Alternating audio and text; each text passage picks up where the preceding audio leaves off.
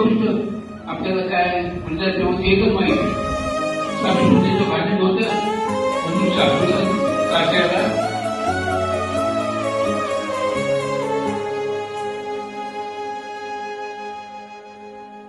रख रख त्या रानातून थोडं पुढं जाऊ गड्या पाऊल थकलं नाही गड्या पाऊल थकलं नाही सुकलेल्या भाकरीला मन संग खा मस्त आम्हाला इथं फिरायला मिळतं खूप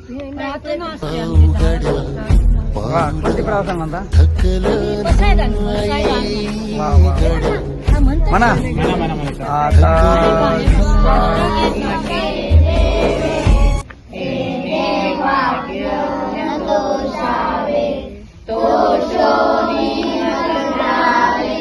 झालो बरबाद जरी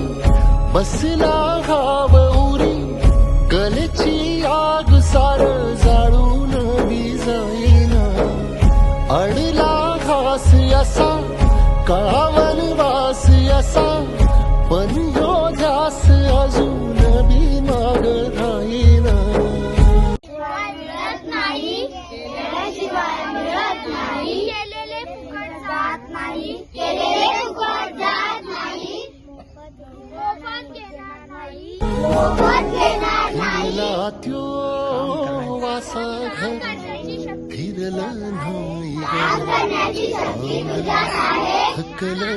नाही गड्या थकलं नाही रख रख त्या रानातून थोडं पुढं जाऊ गड्या पाऊल थकलं नाही गड्या पाऊल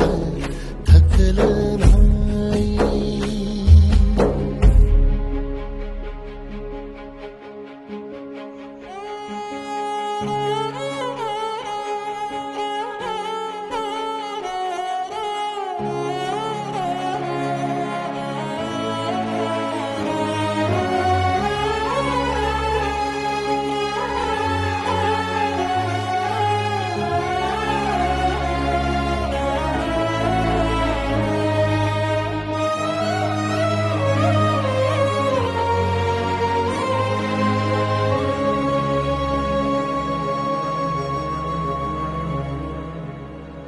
काळ रात आली तरी पडलं सपान डोळ्यामंदी पाणी तरी गळ्यामंदी गाणं याचा हात पाठीवर सोनियाची खान शर्मेन नाही कधी झुकली मान हात पसरून गाड्या सुख येत नाही र